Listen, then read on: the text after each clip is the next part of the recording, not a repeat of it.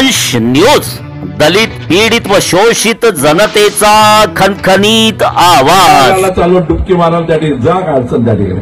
मी नास्तिक नाही, तुम्हाला माहिती आहे. मी हे म्हणत नाही, कारण तुम्हाला सगळ्यांना माहिती आहे ज्यावेळेस उद्धव ठाकरे साहेब मुख्यमंत्री होते, मी त्यांच्या मंत्रिमंडळाचा मंत्री होतो, तो काँग्रेसचा एकमेव आमदार होतो ज्यांच्यासोबत त्या ठिकाणी मी अयोध्याला गेलो होतो. आस्था ठिकाणी, पण किती आस्था. सकाळपासून संध्याकाळपर्यंत आस्थान पूजाच करत राहाल तर कर्तृत्व केव्हा करणार त्या ठिकाणी. मला तर कधी कधी असं वाटतं की शेतकऱ्याला सांगा की शेती करणं बंद करून टाका, बंद करा. काही शेती वखराची गरज नाही, शेती पेरायची गरज नाही.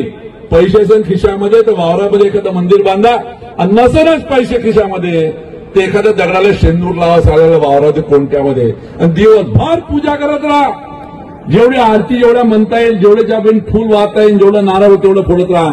आणि देवाला सांगितलं, पाय मी तुझी पूजा कोणाला, वावर तुला वखराचा आहे. देवा सांग, हे देवा वावर तू वखर, वावर तू पेर, कापूस तू वेच, आणि त्या माणेगावच्या जीनमध्ये जाऊन त्यावेळी माळेगावच्या जीनमध्ये कापूस टाक जाऊन मला पट्टी आणून देतो, घर पोच माझ्या घरी पोषित त्या ठिकाणी आले पाहिजे. आमच्या महिला वर्गाला सुद्धा स्वतः सांगतो आजकाल की काय घरी त्यावेळी स्वयंपाक करून, कुठं तेल महाग होते त्यावेळी गॅस महाग, आणि कुठं फार भांडणी पडतात त्या ठिकाणी.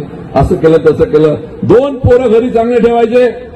त्यांना सांगायचं की ज्या परिसरामध्ये 8-10 किलोमीटर जिथे कुठे त्या ठिकाणी महाप्रसाद असाल, त्या महाप्रसादचे पोरं स्टीलचे डब्बे घेऊन पाठवा.